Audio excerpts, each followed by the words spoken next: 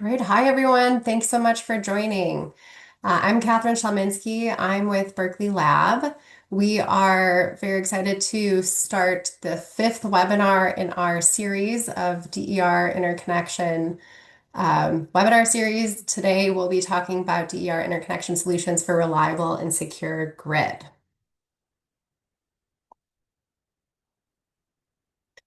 Today, we have a great group of presenters. We'll be starting off with the National Rural Electric Cooperative Association. Jennah Denney and David Farmer will be joining us. Second presentation by Puget Sound Energy, Daniel Aguirre and Taylor Mullenix. And a third presentation by Georgia Public Service Commission, John Kaduk.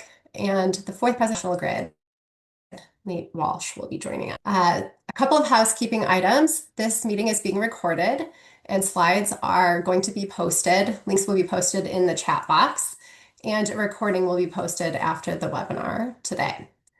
Please enter questions for panelists at any time in the Q&A box. We will take clarifying questions after each presentation, but we'll hold the majority of substantive Q&A for the Q&A section of this webinar. We have 2 hours, so plenty of time to get through the presentations and all of your questions. And we will be also holding a poll in between. Feel free to use the chat box to make comments. The U.S. Department of Energy Interconnection Innovation Exchange, I2X, DER Interconnection Roadmap provides a guide for actions to take over the next 5 to 10 years to implement solutions designed to address DER interconnection challenges. The focus of this webinar is solutions for reliable, secure grid. We'll be discussing solutions including developing and adopting standards to address unintentional islanding, inadvertent export, and performance from emerging technologies like grid-forming inverters and V2G systems, accelerating the adoption of IEEE 1547 standards. At the link below, you can click that link to join I2X Connect or visit our I2X website hosted on the Berkeley Lab website for slides and recordings of past webinars and other information. You can also scan the QR code to learn more. All right. With that, I will turn it over to our first presenter. Jennah and David, do you want to share your slides? Yes, I just sent a request to be able to share. That's good. Okay.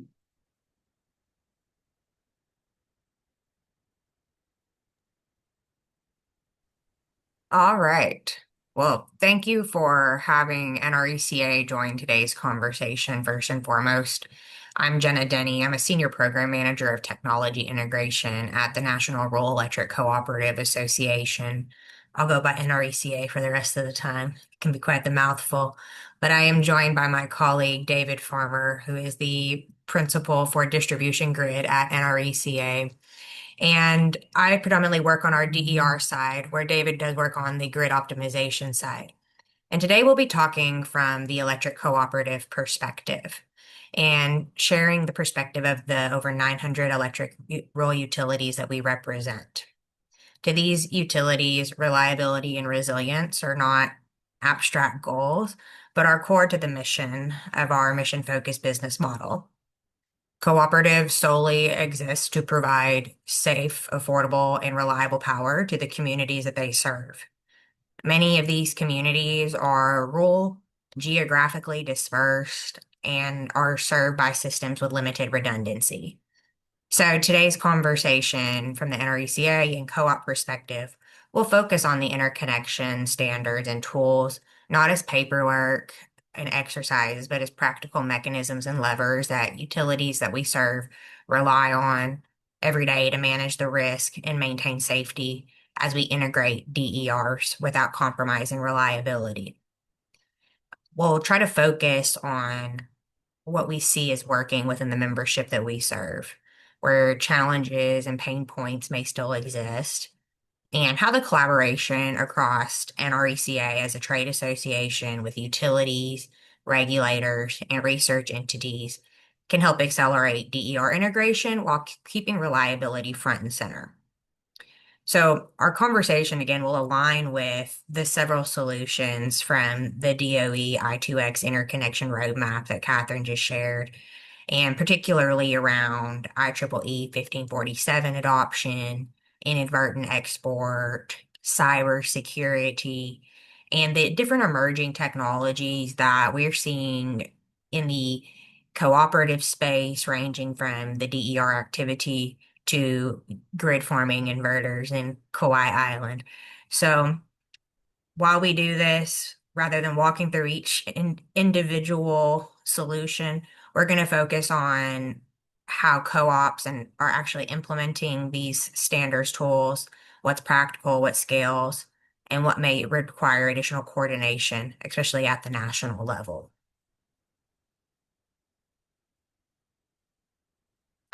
But first, a little bit about co-ops. Again, NRECA serves over 900 rural electric utilities, public power districts, and associations, serving over 56% of America's landmass.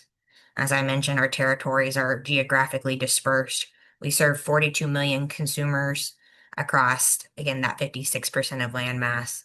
And our systems vary widely, but many share common characteristics such as long radial feeders, lower load diversity and density, smaller engineering and general staff teams at co-ops, and fewer parallel paths for redundancy. So this context does matter as we talk about interconnection standards because co-ops are working that need solutions to work within real operational constraints, not just theoretical models. So as we look at the different devices and DERs that come online in co-op territory, we such as EV chargers, solar, rooftop systems, inverters, batteries, different smart controllers, generators. I think it's important that we make it clear that increased device count and increased DER doesn't necessarily translate into increased reliability because, unmanaged growth could increase operational risk as each new device adds complexity. But from a reliability perspective, we have to coordinate and integrate those to not risk reliability. That's where standards come in. Without clear standards, visibility, controls, high penetrations of inverter-based resources can create challenges around voltage and frequency instability, inadvertent export, and expand your cybersecurity exposure, especially at the grid edge. So the focus is not whether DER adoption should happen and how it happens, but how that we preserve reliability when DER is integrated deliberately. And these, again, are some of the activities that we have seen, monitored, and continue to see trending across the co-op territories that we serve. We serve a few groups. We'll talk about one in more depth today called CSIG, but we also serve a member advisory group that keeps us abreast of the different programs, pilots, and innovations in the DER space. But as we go back to the co-op mission, again, mission focused, member driven, we serve the communities that often went unserved nearly 100 years ago. And as a foundation of our cooperative principles, we have the cooperative model is cooperation amongst cooperatives. So that's where groups like the DER Member Advisory Group and others share lessons learned, help standardize where it makes sense without creating additional barriers and hurdles, and recognizing where local flexibility is a necessity for system reliability. So this peer-to-peer collaboration is a major strength as DER adoption accelerates and reliability still remains a cornerstone of our business model. As I mentioned, again, we are not a utility though. We are a trade association serving over 800 distribution utilities and over 60 generation and transmission utilities. And so within our team that David and I sit on, David on the integrated grid team and myself on the innovation and emerging technology team, we're supporting cooperatives at the intersection of engineering, operations, planning, and policy. And so today our focus will be on translation and turning the standards and national frameworks into tools that utilities can actually use. So how are we doing that? So to start out with, we have a few resources that cooperatives are using to get clear guidance on not just the interconnection, but on legal, economic, and technical questions that can lead to reliability issues and preservation. The DG Toolkit helps cooperatives operationalize standards like IEEE 1547 by providing templates, study guidance, workforce tools, and step-by-step documents and help co-ops fit their own rates, policies, governance into documents and tools for their system. That toolkit is consistently updated every few years. Recently, we've gotten feedback around not just distributed generation, but how to maintain reliability with the um, surge of large load requests from not just data centers, but other industrial and large transportation loads. Rewired is another initiative that we're focused on improving utility process to increase energization and interconnection timelines. It's not about lowering standards, but improving the clarity around these standards, coordination, and reliability as electrification transportation um, increases with the focus on transformer health and distribution equipment health and speed to energization. This is a federally funded project. One way that we are collaborating with researchers to address specific issues around electric transportation and eventually into bidirectional V2G flows. Moving on to cybersecurity, cybersecurity cannot be bolted on after interconnection or as more of these DER devices are integrated into our grid. This is something that where co-ops are embedding into their processes in general, and as DER and inverter-based resources increase, we see the attack surface, especially around the grid edge. So we have programs to help create risk management programs for co-ops. These are just a few. You see a screen cap in the right-hand corner of a long, long list of different resources that are available to co-ops to help improve their cybersecurity posture. A few of these programs are the Threat Analysis Center, which again, the Threat Analysis Center has a focus on technology for high impact cyber threats and helping co-ops have the ability to quickly respond. We also have programs like ICS REC, which is again another partnership with DOE to help members expand their cyber monitoring capabilities in their control facilities and identifying control systems that will provide cyber visibility. So these may be a little bit more advanced for co-ops that have been working on their cyber posture, but where to start? We also have co-op cyber goals just to understand where vulnerabilities are and help co-ops improve their cyber posture as, again, more and more devices are coming online, more of our member consumers are being prosumers, and as we're bringing on more diverse resources to our systems.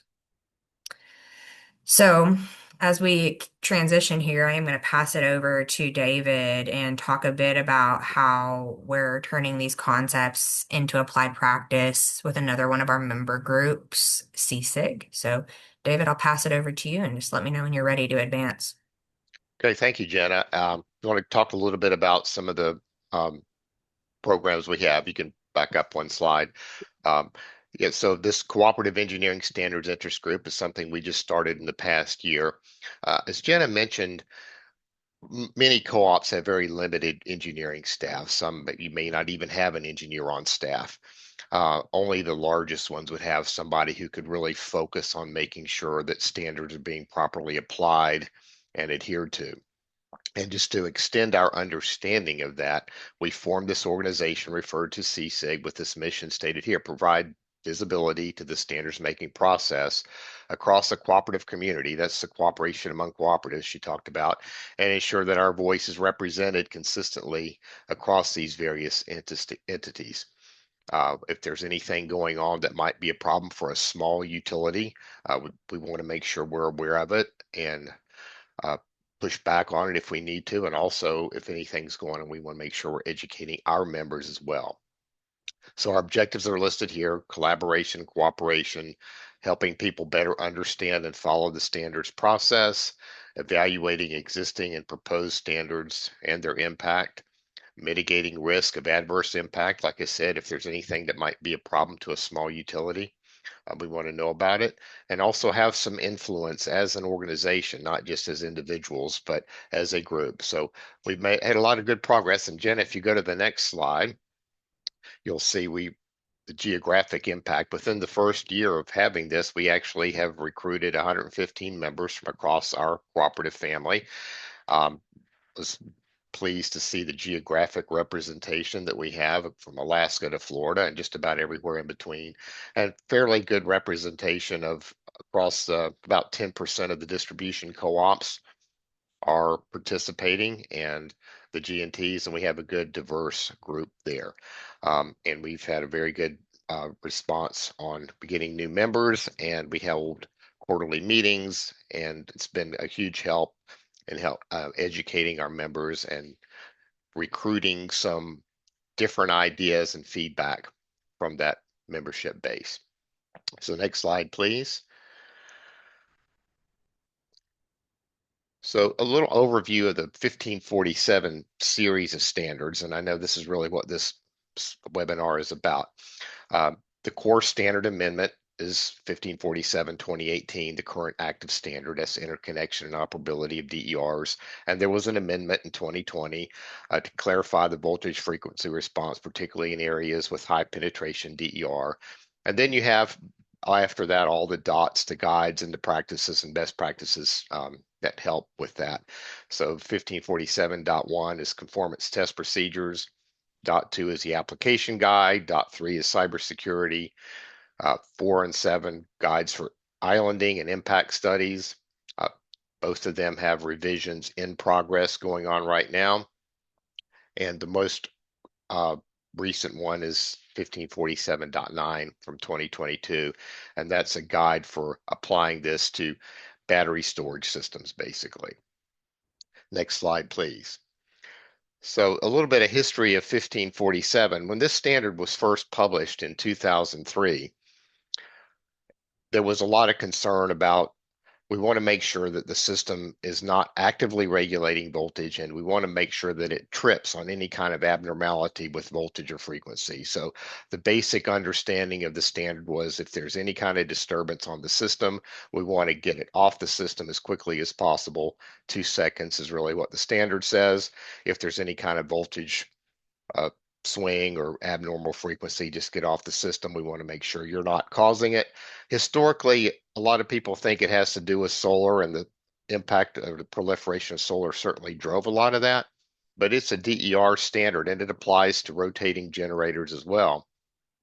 And for many years, a lot of industrial customers would have had cogeneration facilities, spare excess steam that they use to generate electricity, offset some of their usage. And along the way, a lot of them wanted to be able to sell power back to the utility when they had excess power. And these were all kind of custom engineered designs that people had to go through. You bring the smartest people together and they'd make it work. But then you had some applications of small hydro facilities and things like that. When the PURPA Act was passed after that in the late 70s, you had a lot of people that just wanted to interconnect and sell power back to the system. But it was always, okay, we'll let you do that, but if there's a problem, we want you off the system. But as we got more experience with this, and as they became more common, we wanted to, the utility said, well, maybe we want to be able to actively regulate voltage, and maybe we want to ride through some of these abnormal events and also provide frequency response. So that led to an amendment in 2014.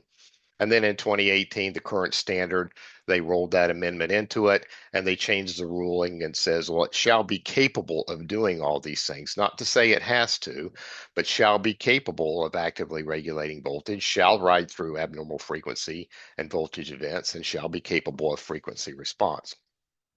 So next slide, please. And it's been a slow process with adoption across the country.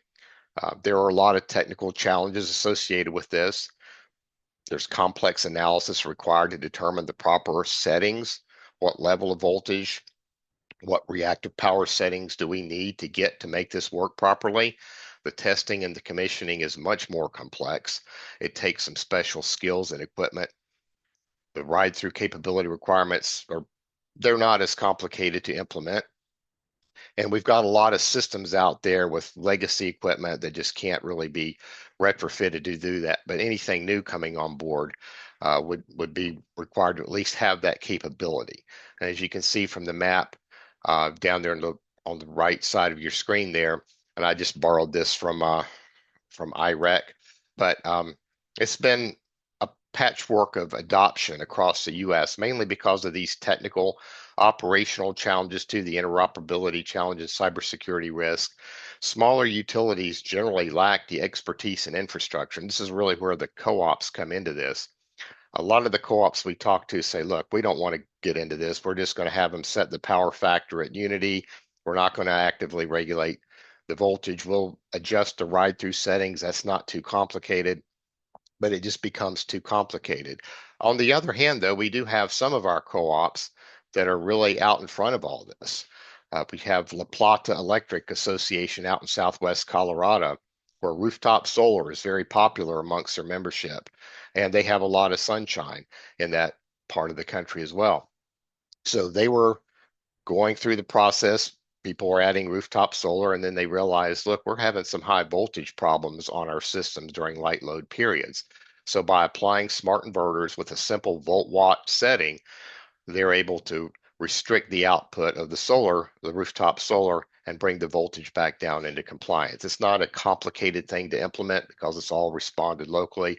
Probably the more complicated part of that was getting their members to buy into that, because they have to realize that is going to limit their expected solar output, and they may not get the savings that they expect to see when they're curtailing the output of the solar. So a wide variation of adoption. We have some co-ops in parts of the country that are very much out in front of this, some that are kind of holding back and waiting to see, and a lot of them not dealing with really large installations anyway. But of course, the regulatory challenges are always there's this inconsistent adoption across the country, as this map shows. How do you recover those costs, and how do you do that equitably and fairly, that you're not cross-subsidizing? And the big thing here really is workforce training, bridging the skill gaps of the specialized knowledge, and making sure there are people who understand the necessary and can actually go through this process, have the necessary knowledge and skills to be able to do this. Next slide. So right now, 2018 is going through a revision. I've been sitting in on some of these meetings. It's a lot going on in there, but the focus really is to have a revision ready for ballot this year. They hope to have the 1547 2026 version to be the next version, but it might be that if it doesn't pass if it goes through multiple ballots, that might take till 2027. But that's the goal. There is a meeting coming up in January. Some of you on this webinar may be planning to attend that or maybe following it. But the main goal of that meeting is to produce a draft that's ready for public ballot. They were almost there a couple months ago, but internally within the working group, they said, no, we got to fix a few things before we do that. But the goal of this new revision will be to integrate that 2020 amendment with the high penetration DERs, and also, as usual, fix some of the old from the old standards, some things that needed clarification, promote the 1540.9 guidance from the energy storage systems, have some better guidance on vehicle to grid, cybersecurity, more on the DER settings, formats, and also remove some of the barriers for grid forming inverters. And I think we'll hear about grid forming inverters some more today. Next slide, please. So as more and more adoption has taken place, a lot of renewable integration has moved beyond the distribution, the DER level, and moved into transmission. And as that happened, the plants for more than 10 MVA started coming up, and they really couldn't, most distribution systems couldn't handle that, so they wanted to connect to the transmission system. When that first started happening, a lot of people were trying to apply 1547 standards to the transmission system, but it was realized rather quickly that you needed a different set of standards for transmission. It's a little more involved, they're a lot bigger, and this really is an issue if you start having them trip offline because of minor disturbances on the system, that can just lead to greater disturbances. So they issued IEEE 2800, and then the 2800 series really focuses on transmission interconnections, which is really not part of the scope of this webinar, but just to mention that as 2800, there's a new effort out now to start the revision process of that, develop some of the guides and recommended practices that go along with that. There's, of course, trying to make it as consistent as they can with 1547 and the distribution interconnection, but there are just areas around transmission interconnection where that's just not possible. So that's kind of an overview of how it's evolved over time, over these last 20 or 30 years or so, as we've moved from get off the system right away to maybe we want to stay on the system and maybe we want to be able to actively regulate these things, and then also moving on from there on into transmission interconnection. And Jennah, I think you're going to cover the last slide here, if you want to go on with that. And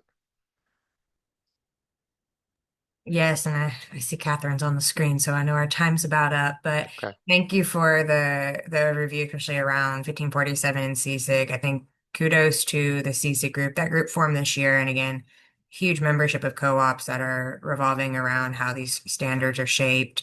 And as DER penetration does grow, reliability increasingly depends on how well these interconnection standards are implemented, not just written. So this for co-ops, that success, does hinge on the support of that group, the cooperation across co-ops, and how that translates into national framework. So we appreciate the opportunity to share today on this panel, and looking forward to questions later. But I'll pass it back over to you. Thank you so much. That was a great presentation, really informative, and a great overview as we kick off this webinar today. So thank you both. Lisa, do we have any quick clarifying questions, or shall we move on to the? Yeah, just one quick one. We have a question. Can utilities other than co-ops participate in CSIG?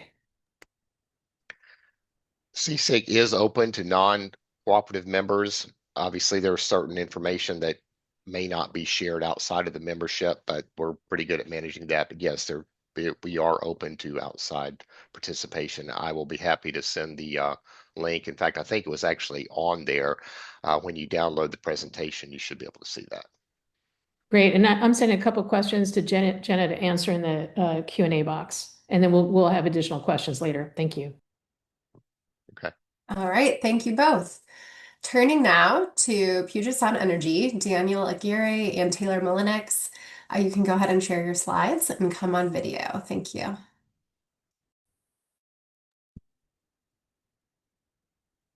All right, I will be sharing soon. Let me know if you all can see them.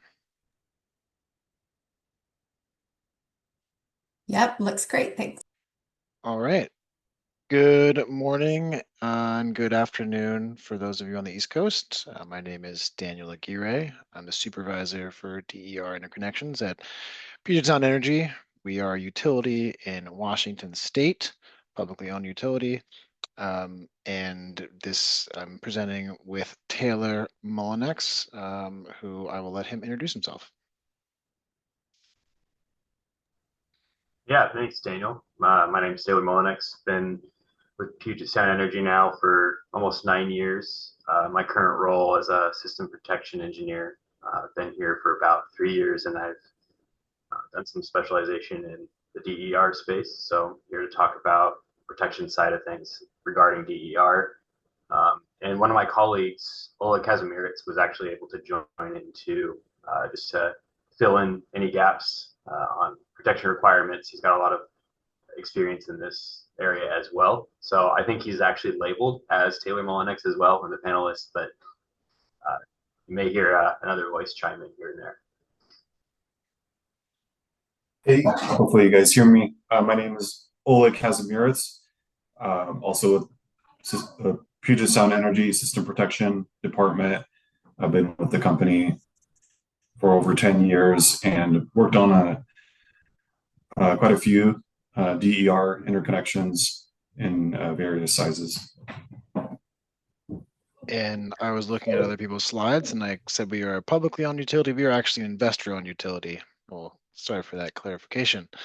All right. So I'm going to give you a brief background of who PSE is, how big our service territory is. It's 6,000 square miles, 1.5 million customers, and as you can see, our adoption of DERs and net metering.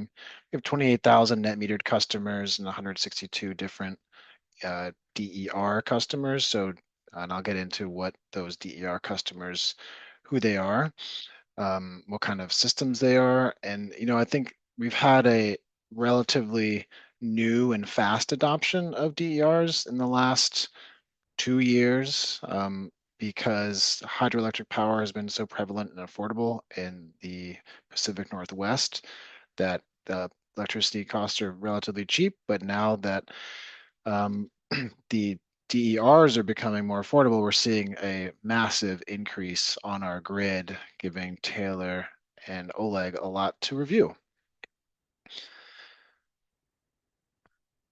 Let me go to the next slide. So here's the kind of the breakdown of our different generation methods we have on our grid. As you can see, it's primarily solar and battery for net metering, because those have been around the longest. But right after that is the DER solar. And I'd like to point out that this is not reflective of in the queue right now. So in 2025, we have signed interconnection agreements for 33 megawatts of DER solar and 10 megawatts of DER BESS. So, over doubling our capacity of DER solar, which is great to see. And we continue to see more interest in customers in our service territory through grants, and also PSE is pursuing through RFPs to expand our battery and solar DERs on our grid. So when a customer comes in to PSE, we will need to kind of funnel them into different channels to get them interconnected to ensure that we can review their systems properly. So we've broken them down. I've got a table 5.4 there. It's a snip from our technical interoperability interconnection standard, the TIIR, what we call it. And it shows there's three tiers. Tier 1 is under 25 kilowatts. Tier 2 is 25 kilowatts to 500. And Tier 3 is 500, but less than 500 kilowatts to 5 megawatts. And so that helps us, the customers, understand what their requirements are through looking at our TIR and customer-facing handbooks that we have on our website. We also give a brief overview of how to apply and get interconnected. So on the right here, this is a simple, very rudimentary diagram showing how we want to see the Tier 3 systems, what protection requirements there are. And before I jump away from that slide, Taylor or Oleg, do you have anything you'd like to say on this before we dive into your slides? No, nothing to add yet, Daniel. I think we'll dive into it in the next slide a little bit more. Great. I could throw in one detail. This Tier 3 structure is actually based on a Washington state code. So it's defined for us by Washington state law. And we're following our interpretation of it. Thanks, Oleg. All right, I'll pass it off to Taylor, one of the Taylors, to take it off. Thank you, Daniel. Yeah, so our technical interconnection and interoperability requirement document is quite dense and contains a lot of very technical information. So in regards to system protection, I've sort of created this table for a quick reference. So it's a little bit easier to digest, but it's broken into 3 different tiers, and these are based on the size of the generation. And then based on the generation type, also dictates what protective elements the PSC requires. And as Oleg mentioned before, a lot of these are dictated by the Washington Administrative Code, WAC, and that's just legislation that governs DER interconnections. And so we have taken those requirements and interpreted them in our standards. But just a very high level overview for tier 1, these are systems that are equal to or less than 25 kVA, and they will exist as secondary metered interconnections that are 600 volts or less. And these are encompassing just inverter-based resources. And because of the size and the small amount of current that they can contribute to the distribution system, PSC only requires that the inverters be UL 1741 SB compliant, and that serves as the protective device. But as we step into larger interconnections, we get into what we call tier 2, and that would be above 25 kVA, and then less than or equal to 500 kVA. And these are still allowed to be secondary metered, but they can also connect up to 38 kV. And these will encompass inverter-based resources. We also have seen a lot of microgrids with battery storage that are included, and then also rotating machines that are non-synchronous. And so for purely inverter-based resources, we're talking like solar interconnections. The requirements really are just the UL 1741 SB certification.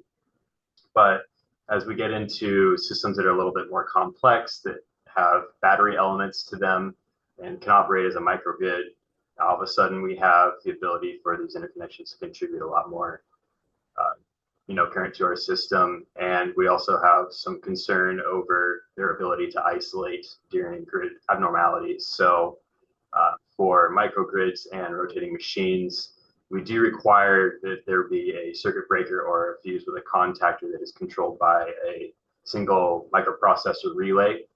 And then we've also outlined a number of protective elements that that relay has to adhere to and has to include in order to meet our standards to make sure that if there are grid abnormalities, the interconnection will disconnect as expected, and will also not be able to reconnect if there's existing abnormalities. And then as we get into even larger interconnections, this is what we call tier 3, anything above 500 kVA and less than 10 MVA. We do allow, this is where we start to see a lot more, I guess, primary metered interconnections. So anything under 2 MVA, we still will allow to be secondary. But this would encompass, again, IVRs and rotating machines that may be synchronous. And for secondary interconnections, we still will allow circuit breakers to be used on the secondary side of the service transformer. But as the Washington Administrative Code requires, there can't be a single point of failure for the size of interconnection. So as a result, we do require redundant microprocessor relays, and that would be in conjunction with having 2 circuit breakers. So each breaker would be controlled by its own dedicated relay. And then there's also a list of additional protective elements that relay must possess in order to isolate when needed and to protect the distribution system. And then there's also a number of protective elements that we would want to implement at the substation level as well. This is, to further our anti-islanding ability, make sure that if the substation does trip offline, the interconnection, may be able to actually support, a lot of the load on the grid. And so we want to make sure that that does not happen unless we explicitly allow it to. And then this would also play into, a direct transfer trip scheme. And on the next slide, I'll get into a little bit more detail on some of these protective elements. But then I guess just stepping into the final part of tier 3 here, anything equal to or above 2 MVA, we would require primary metering. And then at that point, the protective devices would exist on the primary side of the service transformer. And we usually would use reclosers for this. purpose as the protective devices. And again, the protective elements would be about the same as well, just being that the protection is done on the primary side. And Oleg, feel free to fill in any gaps, anything that I may have missed or that you want to add on to. No, I think you did a really good job covering everything. Yeah, for the reclosers, we traditionally used overhead reclosers since those were already widely adopted and used elsewhere in our system. But recently, we've coded pad mount versions as well for projects that are in urban areas where overhead reclosers would not work. Thank you.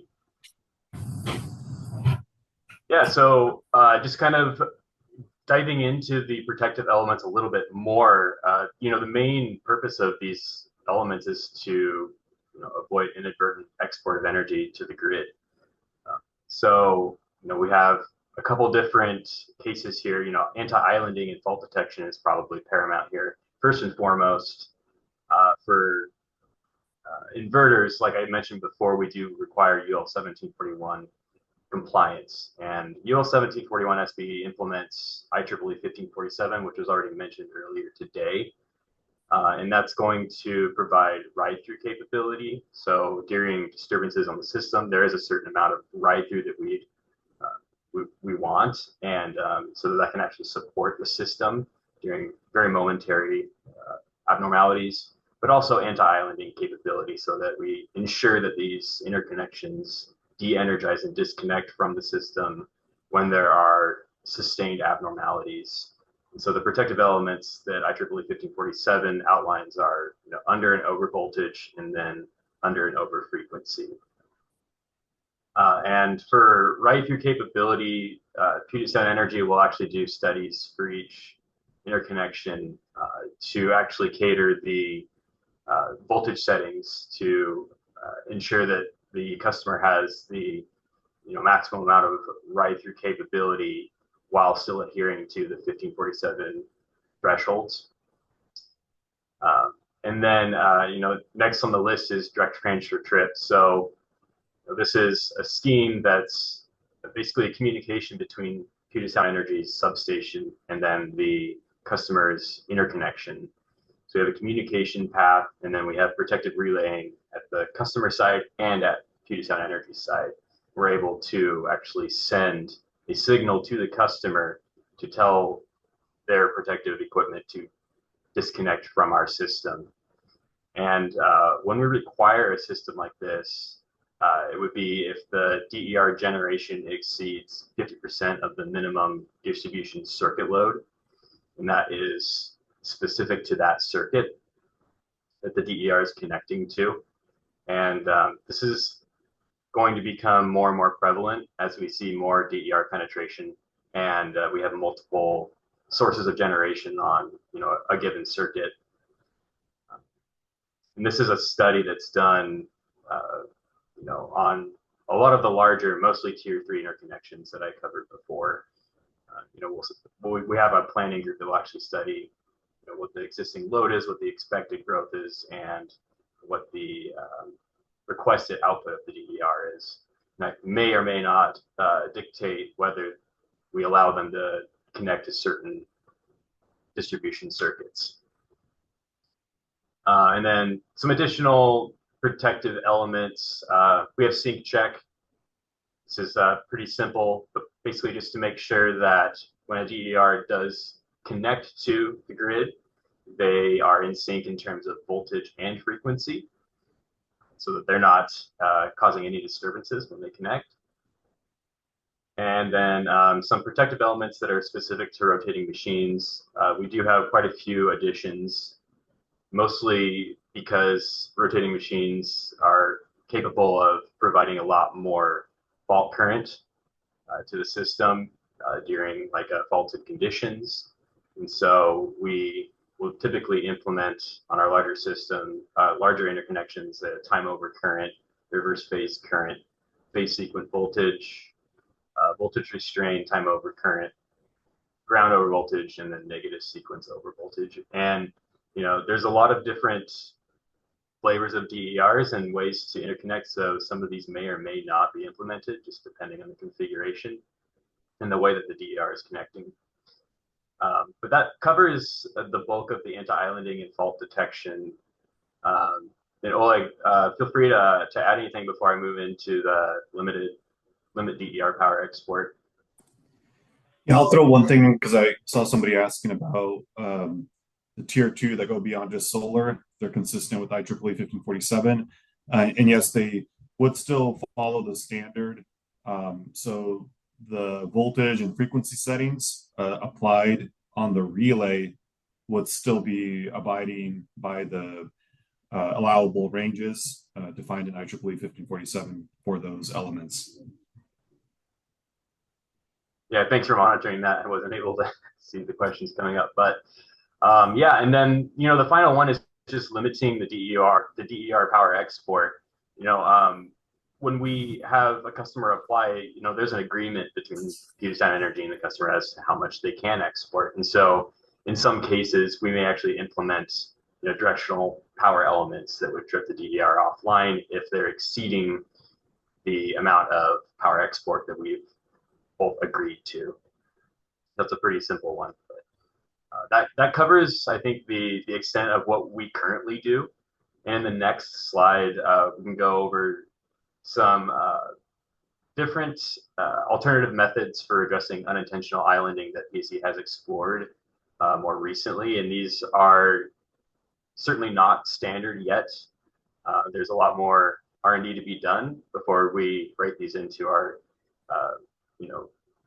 standards and use them more readily. But the two that we wanted to talk about was just voltage total harmonic distortion, VTHD. So total harmonic distortion can increase during islanded conditions, and that's just the nature of IBRs. And VTHD allows local detection of islanded conditions, and this is done by analyzing the harmonic distortion on the system. And if that harmonic distortion reaches a certain threshold, it's often safe to assume that we are experiencing an islanded condition. DER protective relays can use VTHD in lieu of like a direct transfer trip scheme. And so this may be useful during a lapse in communication of the DTT scheme between protective devices. And it also just adds another layer of protection that you could use in addition to DTT if that was deemed necessary. And another item that we've explored is synchrophaser-based anti-islanding. Synchrophasers can be used to monitor and detect frequency deviations between two or more points on an electric system. And this would allow basically like detection of broken conductors between DER and utility source where it may not have a fully islanded condition. But if you're able to analyze the power system in real time on either ends, you can determine if there's deviations in frequency or voltage. And this would be a way of seeing an islanded condition, maybe not even a fully islanded, but even just like a broken conductor, like I mentioned. And it can also detect islanded conditions if direct transfer chip were to fail or there's a lapse in communication between DTT equipment, much like the VTHD solution as well. So these are things that we're still in the process of exploring. And as we get more and more of these DERs on our system, I think that these are things that are probably going to come up more as we look for more methods of limiting islanded conditions.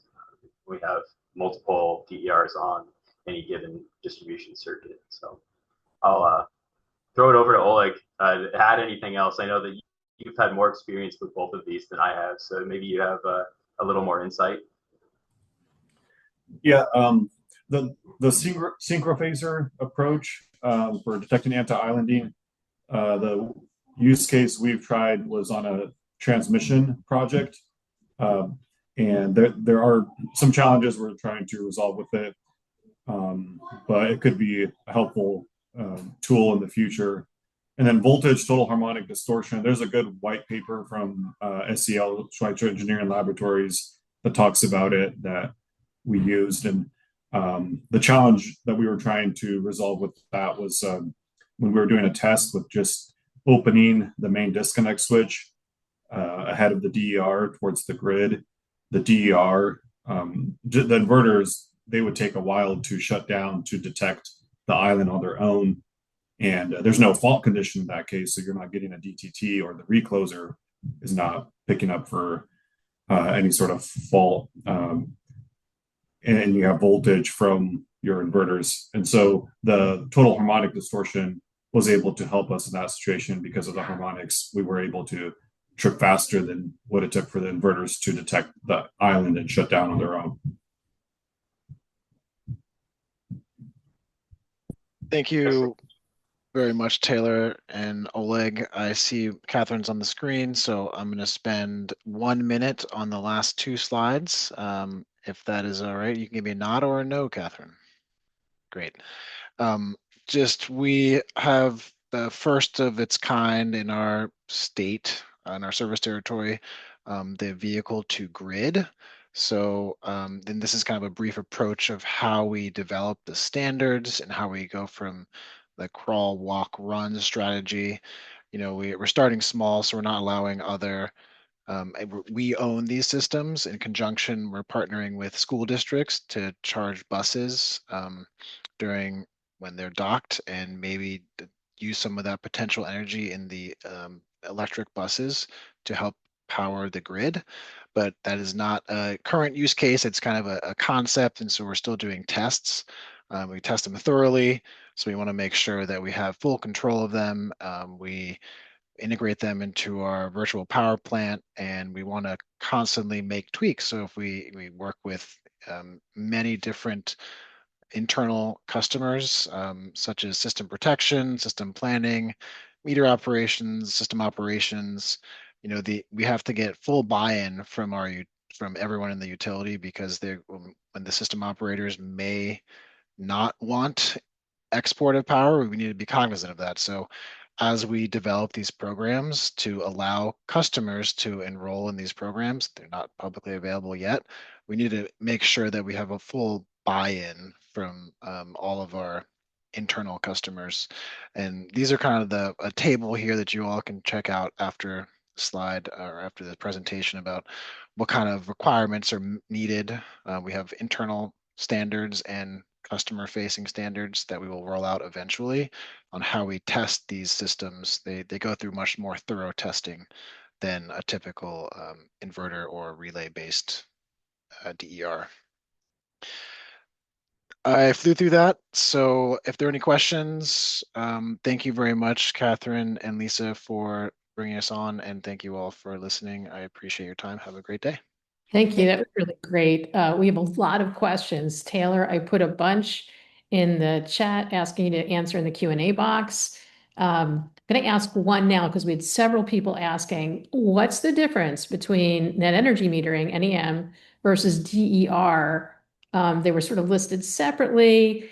Is it mostly residential? Is it based on the resource capacity? Is, the compensation method? So how are you distinguishing? I can take that one. Net metering is under Schedule 150, and it's in generation under 100 kilowatts. That is they get a 1-for-1 utility rate at current net metering standards in Washington State per WAC administrative code. And DERs are systems that are over 100 kilowatts that do not qualify for net metering. Great, thank you. We'll do more questions later, and do appreciate any you can answer in the Q&A box directly that I've flagged for you in chat. Taylor, thank you. And thank you so much for this great presentation. It was very helpful to go from the high level down into the weeds. We'll be turning next to the regulatory perspective. So John Kaduk from the Georgia PSC, if you can share your slides now. And thanks all for putting your questions in the Q&A. You can continue to do that, and we will get to those shortly. Thank you.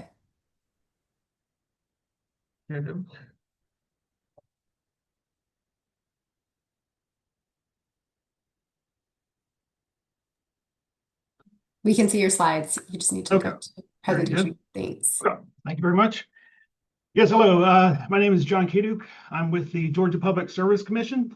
I'm the Assistant Director of the Energy Efficiency and Renewable Energy Unit here at the Commission on staff. I'd like to talk through a little bit of DER interconnection programs specifically in Georgia. Our commission here in Georgia has approved several DER focused programs recently. One, to incentivize the adoption of such distributed resources, but to also meet customer resiliency goals and to improve the reliability of our systems in general. So I'm going to walk through several of those today. Just an overview of the Georgia Commission. Our commission has jurisdiction over investor-owned electric power companies in our state, natural gas companies, facility protections, pipeline safety, and telecommunications companies. The only investor-owned electric utility in Georgia is Georgia Power Company. They're part of Southern Company, which Georgia Power serves about 2.8 million customers as of this year. Predominantly, all those are residential customers. Another little snapshot of where we are on solar installations in Georgia. Over the last 10 years, we've been ramping up solar approvals and installations. I think by 2031, we'll be around 11 gigawatts. So that's a pretty good goal. We've predominantly, though, that's all been utility scale. If you can look really close, the little slivers on each of these bars, like there's a yellow and a light blue and a dark blue, that would be our DG RFPs. So that is hopefully going to expand in the future. Georgia Power is coming out with a DERM system to help control more of these distributed resources. So hopefully those numbers will grow in the next procurements. I just want to go over, just in general, some of the other renewables commitments that Georgia Power has is a couple of wind projects out of Oklahoma. Those are PPAs. And then it's several biomass projects that are QF proxy price contracts, either biogas projects.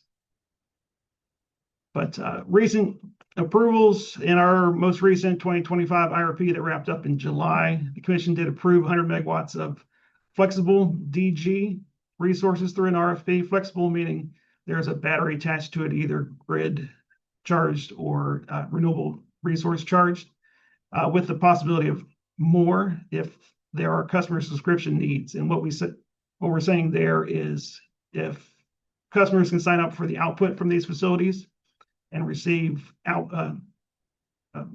value from these resources and offset their own usage.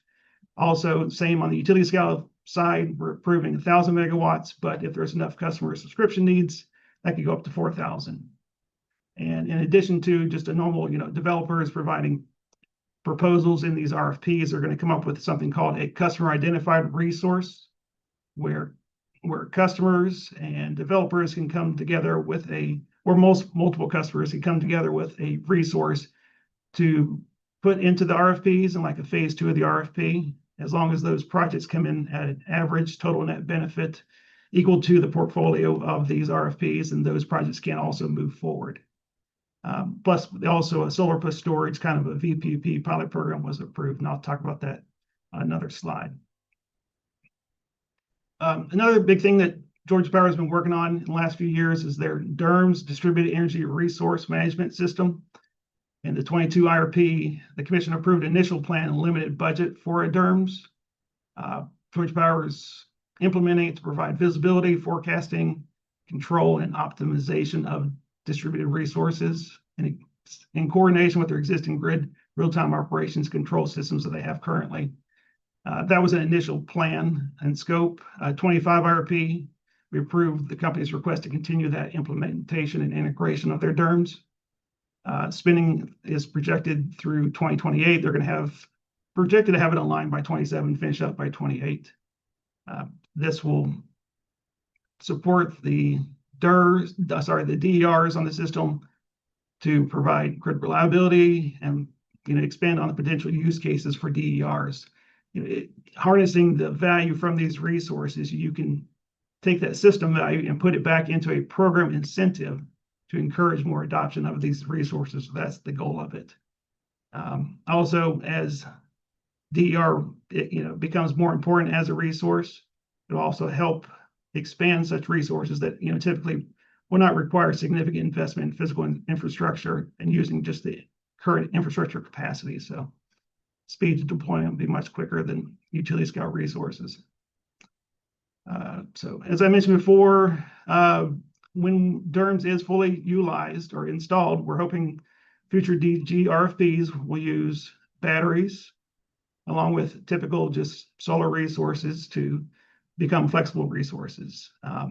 We've got automatic generation control. AGC has typically been installed, or is going to be installing utility resources, but now it'll be down on the distribution level as well to increase visibility and control of such resources through DERMS. Also for system planners, trying to get these resources closer to where the load is on Georgia Power system. Predominantly, it's in North Georgia. Georgia Power Company has come up with a locational transmission value component as part of their renewable cost benefit framework. It's their value of solar framework in a way. They're giving more credit to the North Georgia, Metro Georgia, Central Georgia a little bit, and then less so in South Georgia, which is farther away from the load. This just, realizes the location-specific effects of the needs and transmission, timing on transmission upgrades. So several other programs, more on the larger DER sized facilities. 22 IRP, we approved the DER customer pilot program.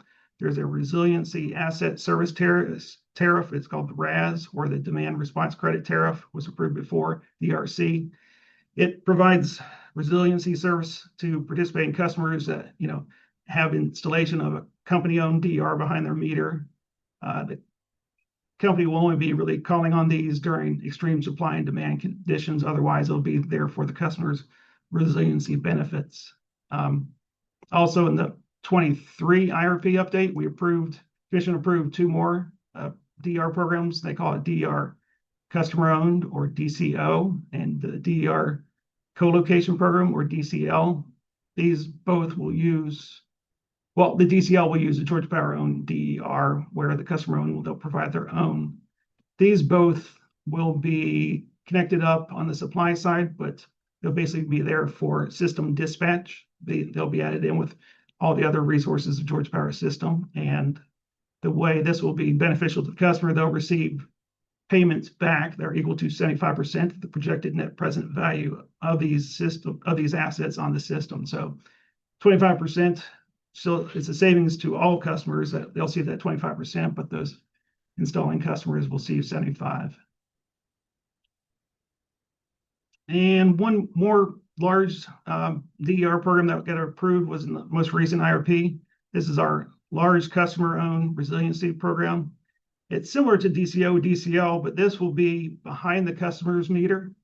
It'll be a customer-owned facility, and it's hooked up such that no export will occur on these facilities. It'll meet the customer's load, and that's it. So this will hopefully speed up adoption of these. You won't need to have system upgrades to handle any exports of these facilities. So it's more of handling the customer's side of their load and nothing else. But once again, they also receive payment for that hosting of those resources. And the final thing out of the last IRP was the solar plus storage pilot, or as some call VPP. This is designed for residential and small commercial customers, 50 megawatt target on this program.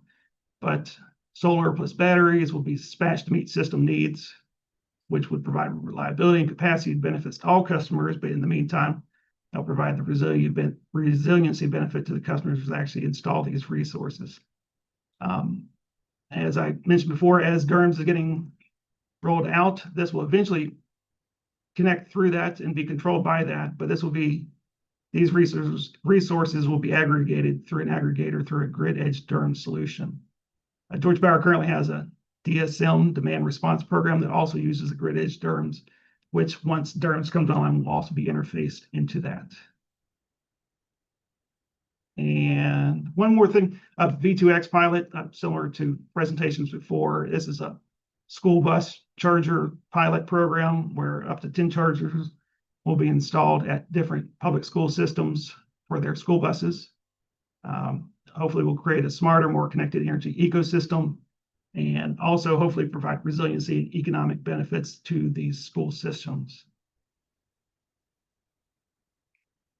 So when we get down to the actually interconnections of these DERs, Georgia Power, as part of their 2022 IRP, it was established that they start maintaining a hosting capacity tool. And they also are providing interconnection guidance requests to developers on determining, suitable locations in Georgia to site these facilities. Site suitability for their hosting capacity tools is determined based on transmission level screenings and anti-islanding studies. Their hosting capacity tool, this is their tool. I think their goal is to update it twice a year. So they're going to map the whole state twice a year. Identifies the distribution capacity, protection controls capabilities on upstream transmission lines and substations to prevent unintentional islanding and or affected system upgrades. The policy in Georgia lately, especially for DG RFPs, since we've been having DG RFPs mainly every year, just the time it takes once a DG project needs upstream upgrades, or possibly it needs an affected system to study the interconnection of this project, the time and cost of those studies and upgrades, it's so great, most of these projects would not be able to make it. So it's usually set as if this occurs, it's not going to move forward in the DG RFP, and those studies aren't really necessary. So that's why these are set such on their hosting capacity tool that developers can know, okay, this is not a good site for me. So some of the criteria for what is a good line and what is not a good site on their system, Georgia Power uses the minimum daylight loading, or MDL. They also use what's called the system coincident peak to figure out what's a good site.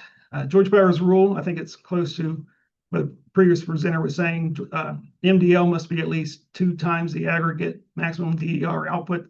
It's a pretty conservative requirement, so no export is pushed onto the grid that's more than the minimum annual expected load that's present at that current point on the grid. And as I mentioned, interconnection guidance requests. So in addition to the hosting capacity tool, developers can request interconnection guidance. So there's 3 different tiers, come with 3 different costs, but 3 different stepping up of what they get for each tier. The first one is more of like a 1-line diagram. It'll of the circuit that they're interconnecting to. It gives you the current DG that's on the circuit, annual peak load. Tier 2 would step it up. It shows you over voltage analysis. It also provides a non-binding interconnection estimate. So that carries a lot of weight typically when you're going into a DG RFP. So typical developers will go with tier 2, and tier 3 provides all of the above, but also does a load flow study in addition to that. And here's a snapshot of Georgia Power's hosting capacity tool. It's nice color coded. It's really impressed with what they've put together on this. So when you click on it, this is an interactive snapshot, but it'll show the distribution maximum and the transmission maximum. Usually transmission is open-ended, but distribution, the level that it's quoting, saying up to 2, like say it's up to 2 megawatts. That's how much that portion of the line can handle before protection schemes are necessary, like direct transfer trip or whatnot, which significantly increases the cost. And then switching just to the general security of DERs, as batteries have been increasingly been added to our DG and utility scale procurements, the concern over the site controllers of these battery energy storage systems has been a point of concern, and therefore typically all of our RFPs have a condition that battery and site controllers cannot be sourced or manufactured from certain foreign entities of concern. Another typical security item is when Georgia Power does direct transfer trip, they do require fiber optics. I know some have asked for wireless solutions for that, but they've stuck with fiber to maintain security, and also it does reduce the latency of such communications for them to disconnect. But all of Georgia Power's requirements for inverter-based resource interconnection requirements are set out in Southern Company's operations of DER in parallel with the distribution system policy. That's what Southern Company calls their DER policy. So that applies to all the Southern Company's operating companies, which Georgia Power is part of. And the applicable standards are referenced in that document, which is updated every couple of years. I think I've linked to the 2021 here in the presentation, if you all would like to go check that out. I think there might even be a 2021 that's available now, but that's all I have for you all today. Thank you. Thank you, John. This is a great presentation. Lisa, do we have any quick questions? Real quick, are microgrids allowed in Georgia Power service territory? They are. They're typically on a pilot basis. There are some around. I think Georgia Tech has one nearby. There's some that are probably around military bases that are in the study phase. But yes, I'm aware of several in Georgia. Okay, and one other quick one. How often is the hosting capacity tool updated? Twice a year. Great, thank you. We'll have more questions after our last presenter. Wonderful, thank you. All right, last but not least, turning to Nate Walsh from National Grid. Nate, if you want to come on video and share your slides. I think, can you hear me okay? Yes.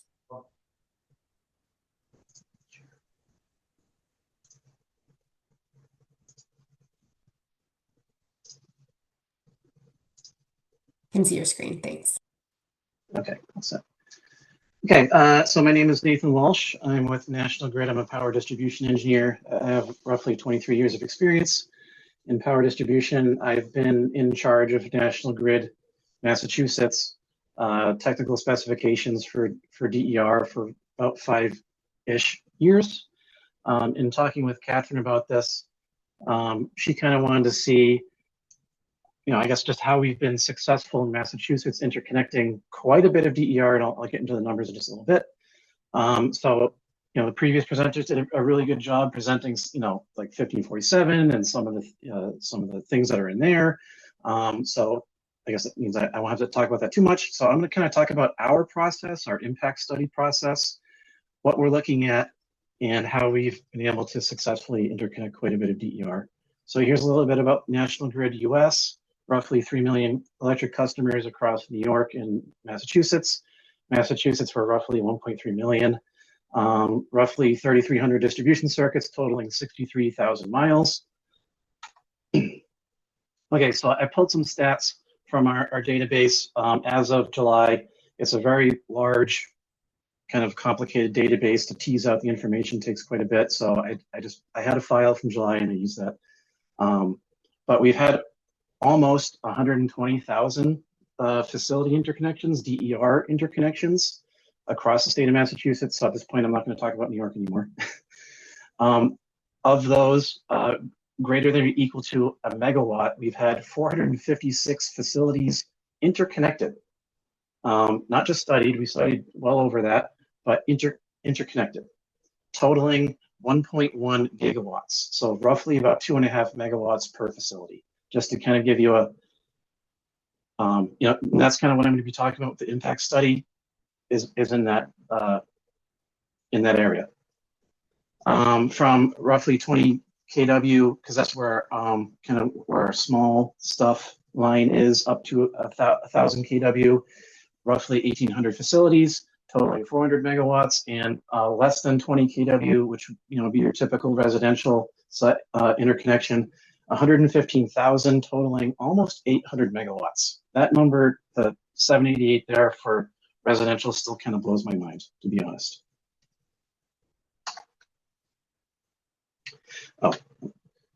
I'll show this. So here's a slide of references. So we have our tariff, which is now up to MDP. So MDPU is Massachusetts Department of Public Utilities, tariff 1620. That was recently just updated like last week. I had to update all my numbers in the presentation because of that. But that's our tariff, which gets into the process of the interconnection, fees and whatnot. I'm going to talk about that a little bit. I'm going to try to focus on the technical stuff. And most of that's going to be in our, we call it an electric service bulletin, or ESB. I'll probably say that ESB quite a bit. Number is 756, requirements for parallel generation connected to a national grid owned EPS. There's a few appendixes in there because we are covering National Grid US. So 756B is for New York, 756C is for Massachusetts. And these links will take you right there. Obviously 1547 2018 and 5047.1 2020, which is kind of your commissioning conformance test standard. I'll just go back to this real quick. So anecdotally speaking, of the 456 sites we have successfully interconnected, there has been very little post-interconnection issues with them. Very little. And things have slowed down a little bit for us in Massachusetts, but I'll tell you, like 7 years ago, it was very intense, and it still kind of shocks me that we didn't run into many problems, but I think that just speaks to, you know, the robustness of 1547, but also the robustness of our impact study process, which does pull a lot from, there is a study, one of the 1547 dots, and it's not coming to me right now, but there is a guidance document within the 1547 suite that talks about impacts, you know, recommended practice for impact studies. And if you take a look at that, you'll probably see a lot of similarities to what we're doing at National Grid. Okay, so very quickly, here's the application process as dictated by MDPQ 1620. For what I call small stuff, this is a simplified process, up to 15 kW single phase, 25 kW three phase. That typically goes through a screening procedure. We have a whole team here. It's not engineering, but is fairly simple screens. And if that project passes those screens, they get a service agreement and an interconnection relatively quickly and for typically very little cost. In the middle, which was kind of that 20 to 1,000 kW that I put in the other slide, is the expedited process, where it's still screened. It's a little more technical screens, and if they pass those, they can interconnect. If they do not pass those screens, that project will go to what we call the standard process. However, that impact study may be limited in scope depending on what screens are filled. Excuse me. Okay, so standard process, or sometimes what we refer to as a complex process, as described in the tariff, is really for anything that does not qualify for simplified or expedited. And as I say here, this is where the system impact study lives, and that's what we'll be focusing on for the next few minutes. So impact study timeline. For a single application, it's 55 business days. That's from the day the customer signs an impact study agreement and pays for it. We, the company, we have 55 business days to complete the impact study.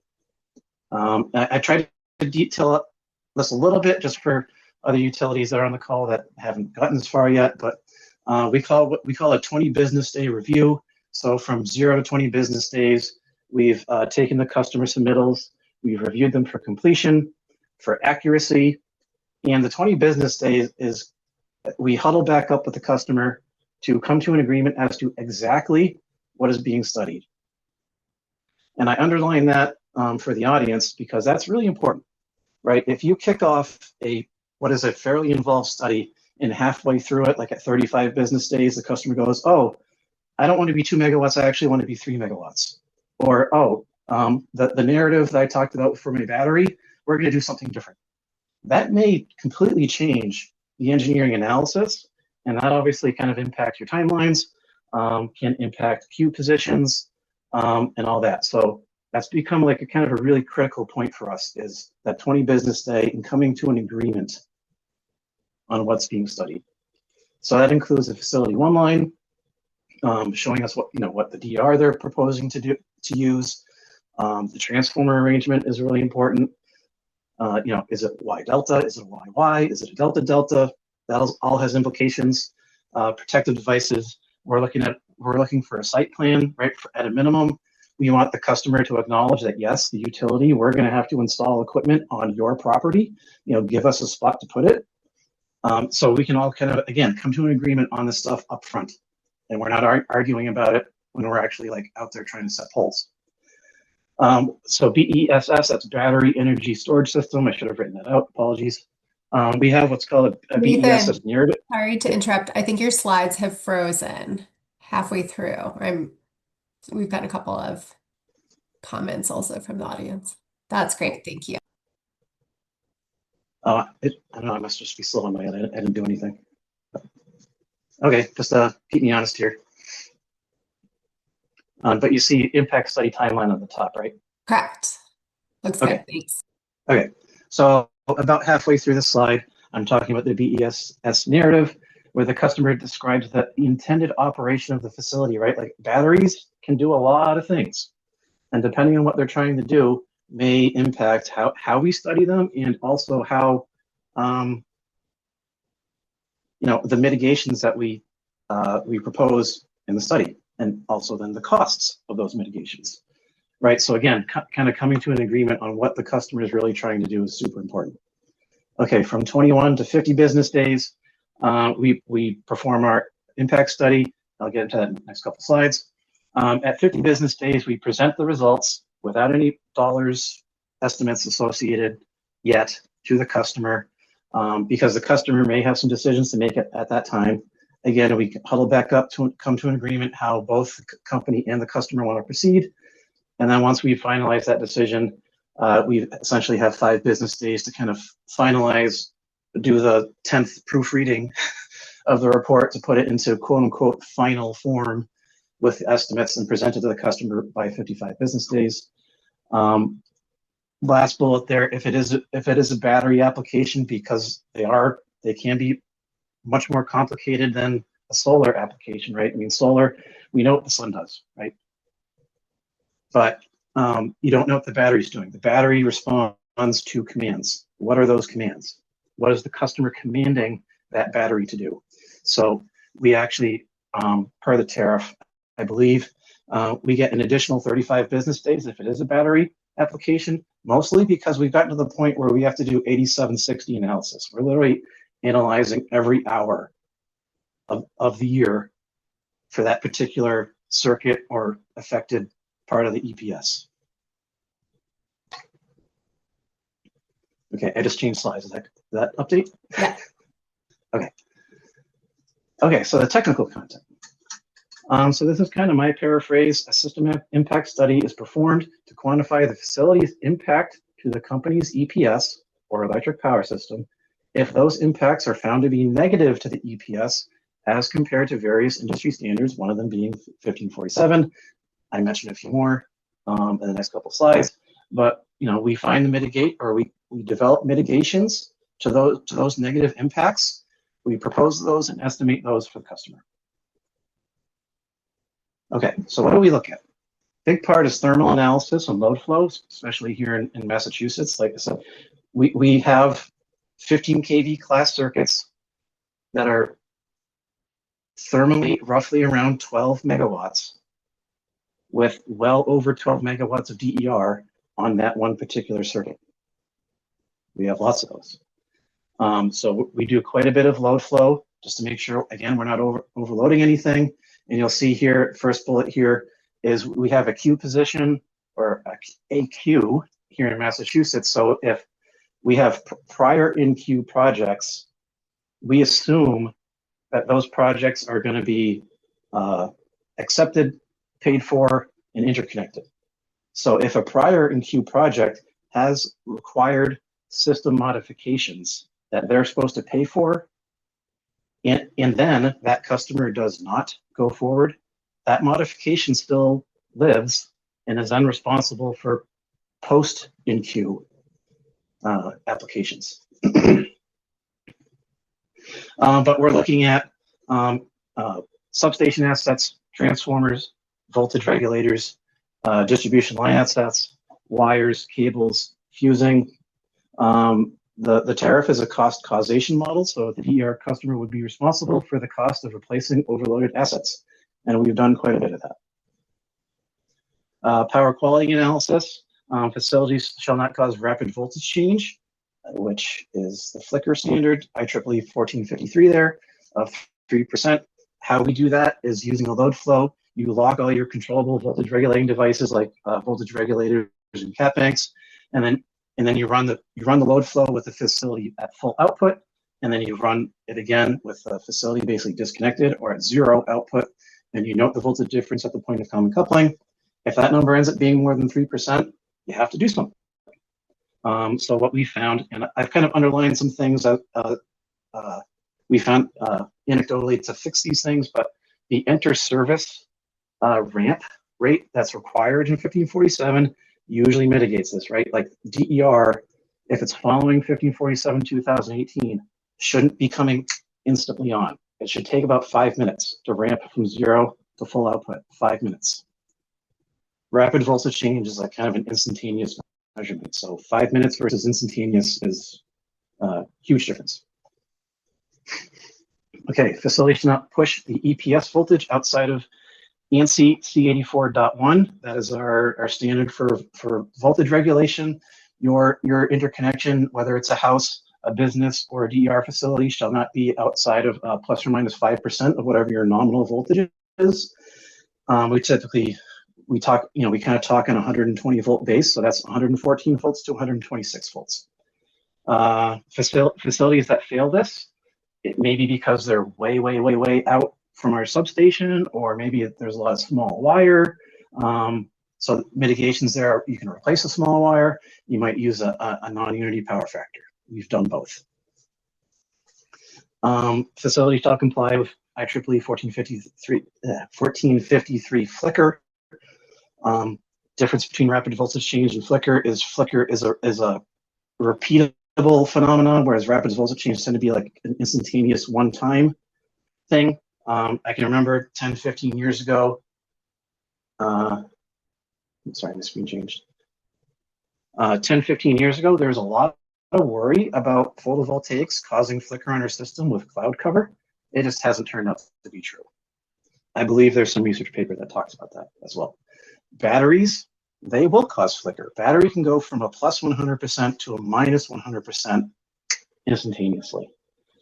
So you'll find in 1547, there's some ramp functions that you can, similar to enter service, but it's basically a normal operation ramp that will limit how fast the battery can change. Okay, risk of islanding, there was already a lot of talk about risk of islanding. We use the Sandia 2019 screens. Sandia 2012 recommended a screen of 67% of minimum load, kind of triggers risk of islanding concerns. Like I said, we're so far beyond 67% of minimum, and we haven't had any known unintended islands that we're not very concerned about it at National Grid.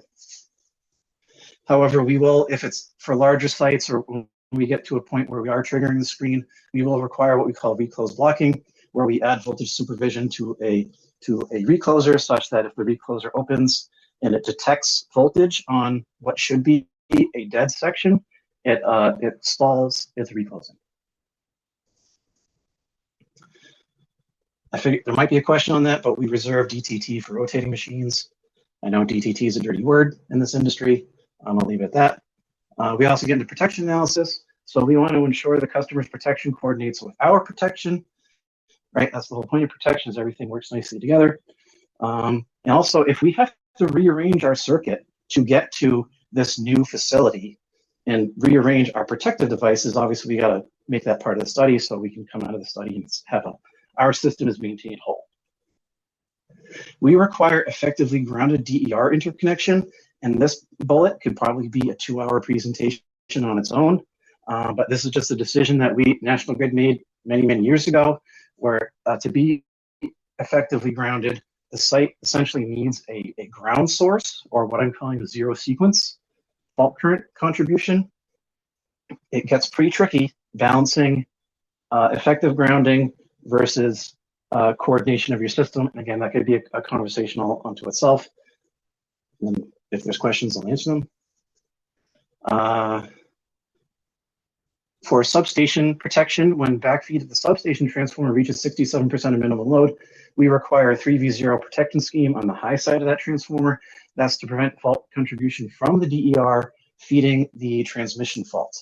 We've probably done dozens of these kinds of projects because, again, we're triggering these things all over the place because we just have so much in the system.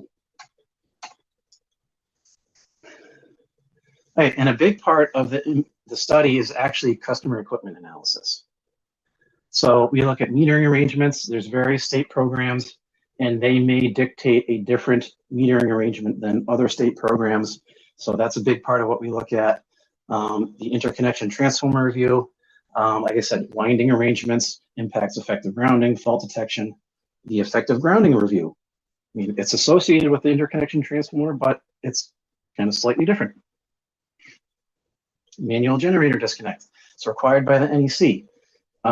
We're going to, that's part of the site plan. We want to ensure it's in an appropriate location and it's available to us as a utility if there's an emergency happening and we need to lock that system out. Again, protective device review. We want to make sure that the ratings of the devices they're proposing are appropriate and acceptable. Voltage ratings, fault current ratings, those sorts of things. The PTs and CTs or potential transformers and current transformers are rated appropriately. Any relays they're using are utility grade. You would look at IEEE C37.90 for that.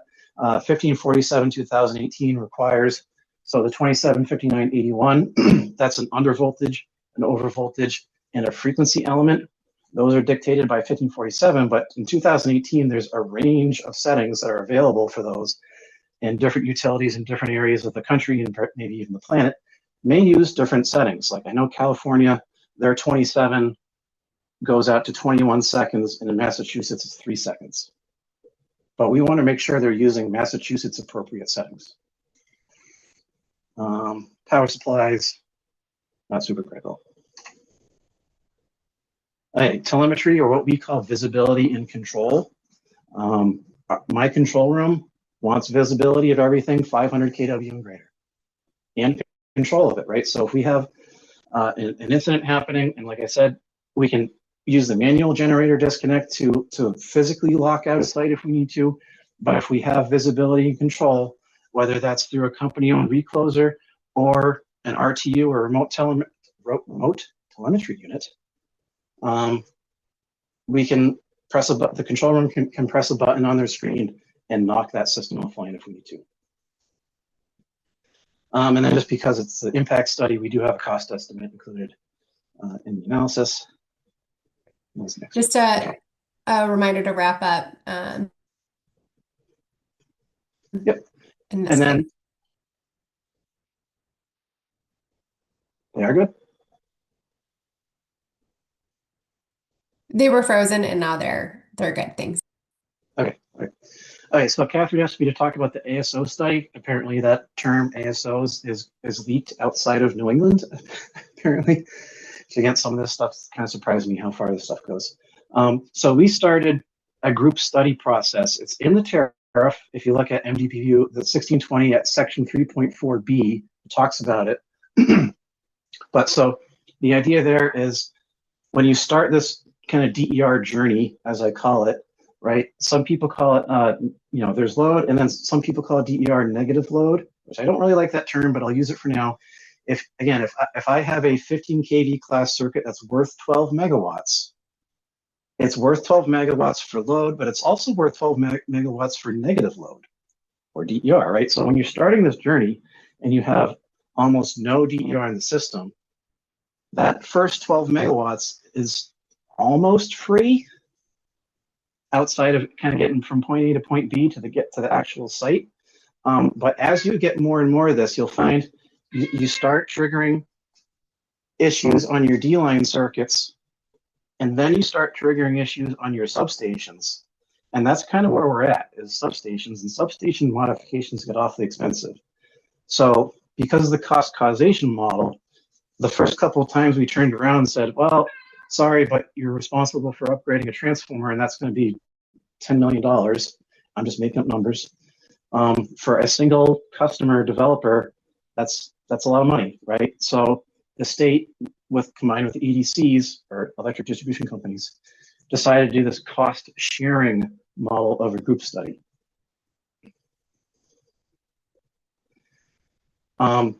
So it allows us to intake a group of projects, study them holistically, come up with a holistic solution for the group, and it tends to be a geographic group as well, with roughly 2, 3, 4 substations.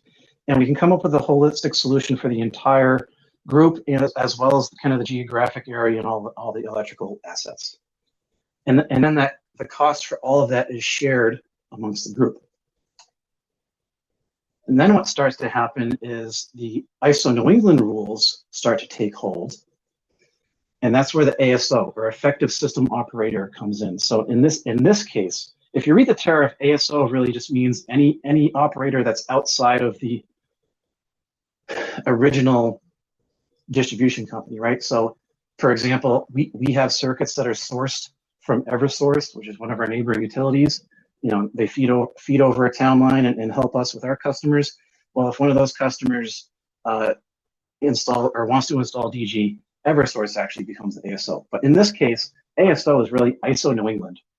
You know, the big independent system operator that runs the transmission grid in New England.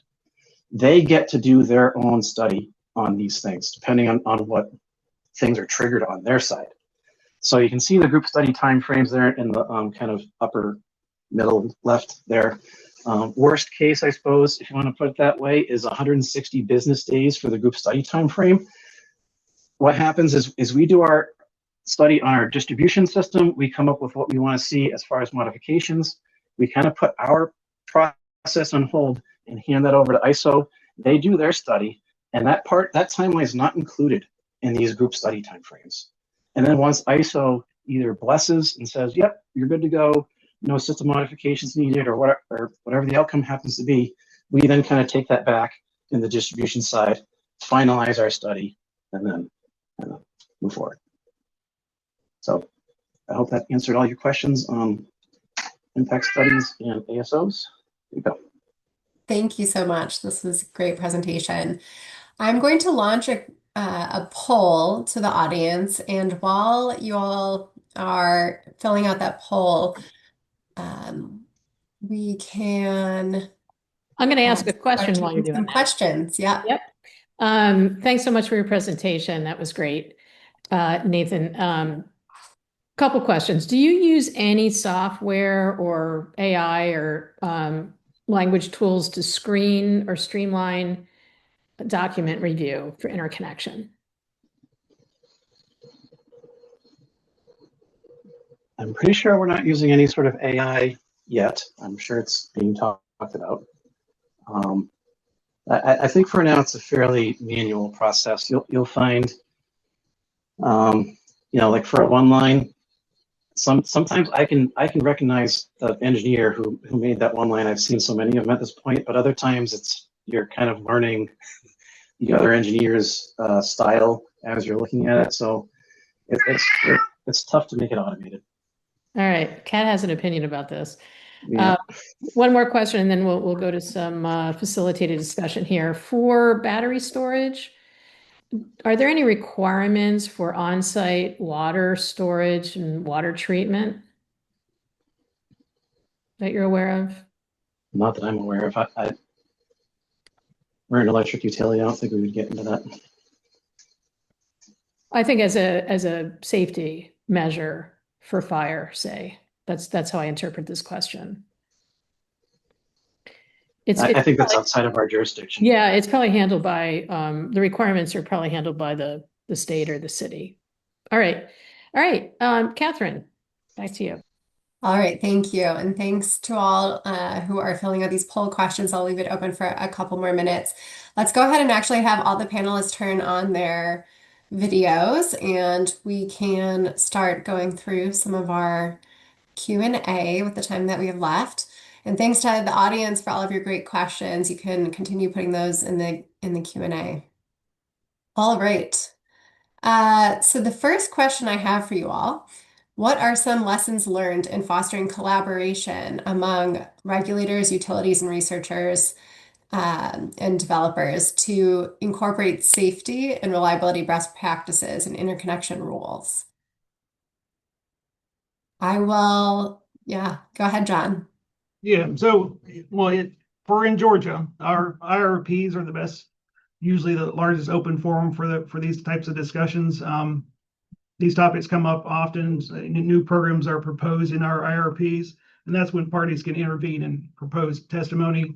And typically, we don't get down to the actual detail part of it until the programs are approved and we have stakeholder groups outside the IRP process. Like, for instance, that solar plus storage pilot that's coming up soon. We're going to kick that off in January to work out the specifics. But participating in those type of programs and through those proceedings tend to help a lot on getting all the experts together that the commissioners, the commissions don't typically, we don't have those kind of people on staff. Thank you. That's helpful. Nathan or Daniel, do you want to weigh in from the utility perspective on how you found and encourage collaboration across these stakeholders to set these rules?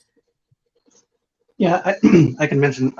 So in Massachusetts, we have the TSRG, which I believe stands for Technical Specifications Review Group.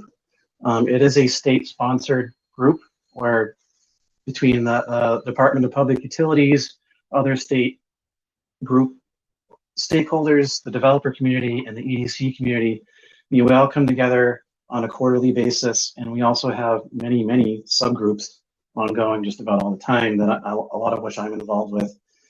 So we're constantly talking across the board in Massachusetts. Yeah, the two other utilities in our region are Vista and Snowpud, that we actually have meetings with them regularly, probably twice a year, to talk about lessons learned and how we're working with our customers to enable these solutions, and what's going well. Snowpud had a vehicle to grid 5 years ago, and we've visited the site, took a lot of what are the lessons learned they had, what are the pain points, and try to figure out how that can work in our service territory. So working with other utilities in the region has kind of been how we, and their interaction with developers, is how we collaborate. Thank you. Thanks for sharing that. I'll ask a question to Jennah and David. How have rural electric cooperatives integrated best practice standards for maintaining a reliable and secure grid? How have you seen that and put in practice in your members with your? Well, I'll pass it to David here shortly, but I think one thing that's important to discern some of the differences in the co-ops and maybe the IOUs on the calls when it comes into putting standards in place and collaboration even amongst regulatory bodies. You've met one co-op, Many of them are self-governed by boards, while some are subject to state commissions, regulatory bodies. But yeah, as far as integration, I'll pass it over to David on that, especially with the CSIG. Yeah, it's basically the same kind of process through our member advisory groups and standards, interest groups, and so forth is how we deal with that. As far as if you're talking about reliability at the power supply level, it's a very different question than reliability at distribution. If you're talking about like operational reliability, like SAIDI and SAIFI, and you're measuring the outages on your distribution system, that's very different. The impact of DERs on that, I don't know if there's really enough data out there to say there are some utilities that have had success in utilizing those to help cover outages, but that gets pretty complex, and you're almost dealing with like a microgrid type thing. Generally, what happens is when you have any kind of interruption on your system, those just trip offline, and then they have to be brought back online when the system's restored. As far as the power supply side of things, in our ECA, through our government relations portion of our business, has been very vocal, and probably more vocal than a lot, I think, in terms of cautioning about this disorderly retirement of traditional generation assets and the risks that are associated with that. Not that there's anything wrong with renewables or anything against renewables, but if you're retiring more generation facilities than you have left that are faster than, or as faster than, of course, your load's coming on faster now, and the demand is increasing. So done a lot of work in that area through our government relations people too. But I don't want to speak for them. I'm sure they'll be happy if to talk to any of them, and they're also very active on LinkedIn and through social media channels too on some of their positions. Thank you. Thanks for that. Lisa, do you want to pop in and ask a couple more questions from the audience? I'll ask a quick one that just came in. This is for NGrid. Have there been any unexpected negative impacts from the implementation of group studies, or on the other hand, any positive metrics or other information that can be shared? And real appreciation for the cat meowing. I echo that. Sorry, that's making me laugh. Well, group studies, I'll say there's a lot of money involved, a lot amongst a bunch of different players. So, and it's all very political. So I guess I'll leave it at that. You can imagine what it's like. Okay. Any other responses to group study process that anybody wants to share? All right. Why don't you move on, Kathryn? Okay. All right. This is a question for PSC, and I know National Grid has also talked about this, but can you share further insights on how PSC's direct transfer trip DTT scheme requirements for larger DER systems have helped address inadvertent export or other security concerns? I'm pinging Taylor and Oleg to see if they can hop on to answer that. Okay, no problem. Yeah. Nate, do you want to weigh in on DTT schemes? Well, like I said, they're kind of a dirty word. They're fairly expensive. Partially, the expense really lies with the communication line. If you want a secure transfer trip, you're pushing that signal across quite a geography. You're typically into the fiber, and it needs to be a dedicated fiber line. DTT is a 24/7 around the clock thing that we need. So you need a really robust communication path between our stuff and their stuff. And maintaining that comm line is the responsibility of the customer, and that's a monthly bill. That gets pretty expensive. But as far as like cybersecurity goes, I mean, that's built into it. I mean, that's a point-to-point communication. It's not wireless. I'm not a telecommunications engineer, but I would assume that's a very secure communication pathway. All right, thank you. And I am going to ask a question to John and Jennah and David. Tell us about the standards that Georgia PSC and rural electric co-ops developed to address performance of emerging technologies, such as DERs with grid-forming inverters or V2G systems. I know you've spoken a little bit about it in your presentations, but anything else you'd like to share in a deeper level? Well, specific standards, whatnot for I think the school bus program. No, we really haven't worked that out yet. That just got approved in the IRP, so that's to be determined. I'd say on maybe the grid forming inverter side of things, in our RFPs that either direct to that Southern Company DR policy or whatnot, I think everything at the transmission level has to be grid forming inverters, and on our DG side of things, it's grid following. But other than that, I don't have much insight into any other standards.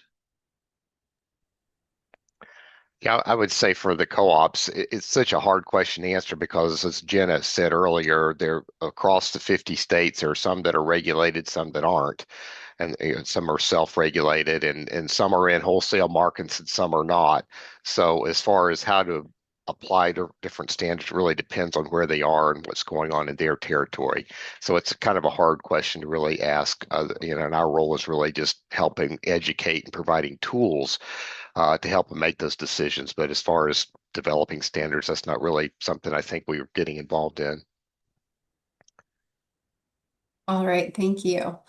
All right, so question for the full panel. How have your utilities or organizations supported or developed risk management plans for interconnecting DER projects? And how has this process worked? Really just an opportunity to share any lessons learned to other utilities and jurisdictions on the call that are looking to adopt similar plans. Yeah, I'm happy to start there. I shared like on our slide a few of the different cybersecurity programs that co-ops take. But I mean, this starts with your internal processes.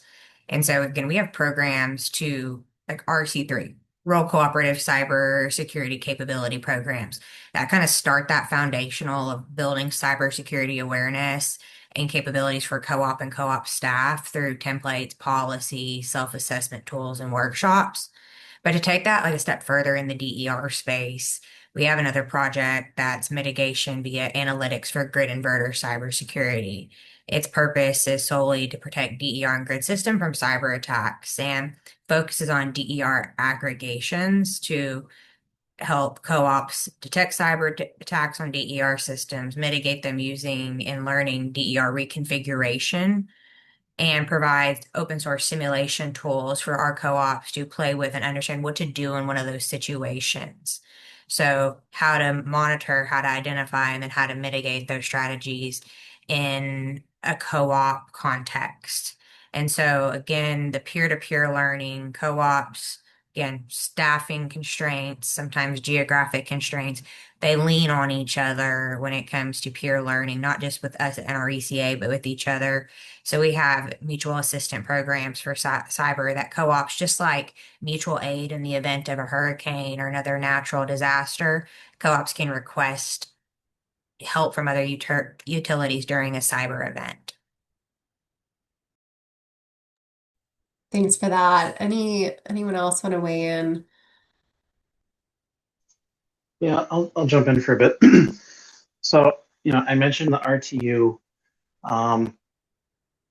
We haven't had any issues with that. I believe like your typical RTUs is a technology that's been around for a while. Again, I'm not a telecom engineer, but I haven't heard of any cybersecurity issues with that particular technology that we use. And outside of that, everything so far has been company owned as far as that visibility and control concept that I talked about.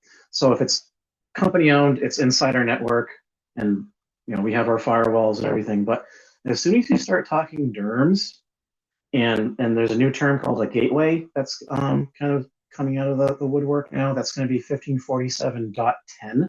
That's under review right now, or well, not under review, it's being conceived at this time. But as soon as you start talking gateways where you have a company asset that has communications talking with a customer asset, that's really the kind of the concern for us is, someone's not going to hack our system, they're going to hack the customer system, right? Because we're a big utility, we have lots of money, and we can ensure that our stuff is secure, but the smaller customer may not have those resources to secure their system the way we do. So that's where cybersecurity really starts to become a big issue, is when you start talking DERMS and gateways. Thanks for that. John, Daniel, do you want to jump in at all? We have a PSC, SCADA, and IT group that handles our cybersecurity threats. So they operate independently and do many things I do not know, but we have the SCADA team and IT team. And we have general briefings from Georgia Power, who's Southern Company's obviously got quite the cybersecurity plan already, but it's just more of a reporting in, seeing how things are going. They let us know of certain things they're seeing, but in general, we're not involved with their cybersecurity plan. But like I said, whenever we get to where outside control is going to affect the operation of these BEST facilities, and yeah, that's something we definitely wanted to get put into the RFP documents and let bidders know that that's not going to be acceptable as a resource that's on their system. Thank you. Thanks for sharing that. Just thank you all for filling out the poll in the audience. I have shared the results if you're interested to see. Lisa, do you want to take one more question from Yeah, the there's so many good questions. Thanks to all the presenters too, who have been working to answer some of the questions in the chat box and in the Q&A box. There's a really great question, and this is everything's connected.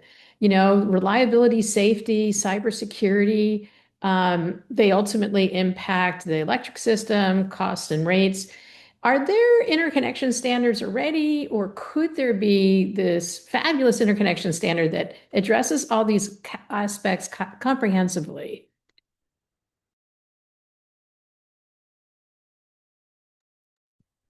I'm going to start with randomly. It's with David. Thank you. Sure. That is a discussion that's taking place in the IEEE 1547 revision working group right now. Should we consolidate some of these? And part of why that balloting process is getting delayed a little bit.